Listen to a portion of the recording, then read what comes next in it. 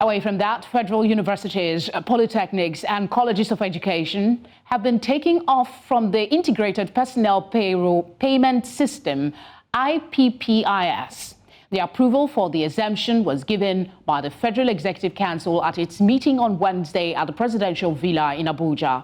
Minister of Education, Professor Tahir Maman, disclosed this while briefing State House correspondents alongside other ministers on the outcome of the Federal Executive Council meeting and said this takes immediate effect. According to him, FEC also observed that vice-chancellors of universities did not need to abandon their work to come to Abuja to process the salaries of their personnel.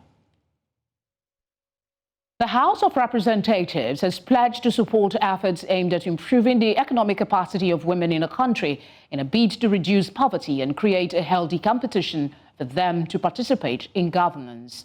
This was during a one-day national stakeholder dialogue in the nation's capital, Abuja, which reviewed women's participation in several sectors, including agriculture, information, health, among others. News Centre's Idong Joseph reports.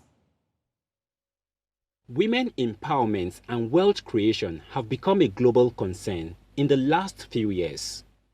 With Nigeria's government in recent years coming up with several intervention programs promoting women's agenda, there, however, have been concerns that the programs and policies do not translate to equal opportunities, which are readily available for their male counterparts.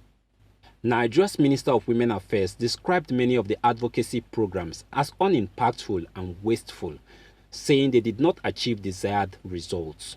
$10 million could be spent on just meetings, advocacies, travelings, and we're seeing it.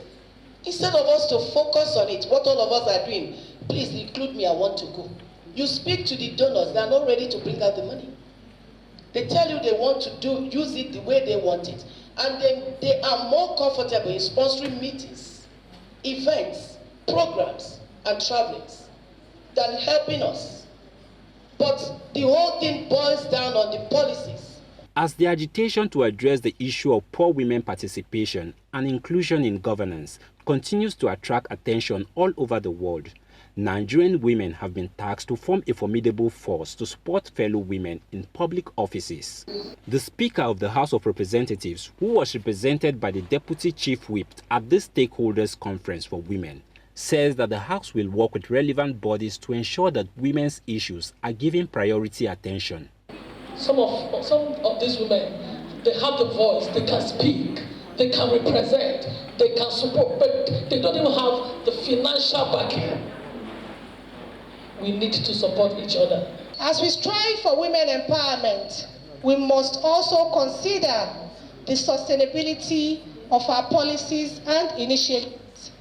It is not enough to simply provide short-term solutions. We must ensure that our efforts have a long-term impact. The 10th House of Representatives is paying attention to issues of women and are ready to take necessary legislative actions, including constitution amendments, to ensure women inclusion in governance and the parliament as in some other democratic countries.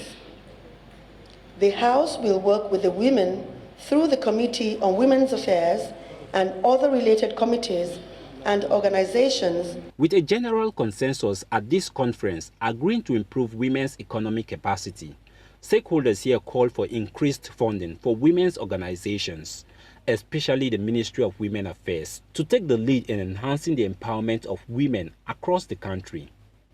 Idong Joseph, reporting for News Central.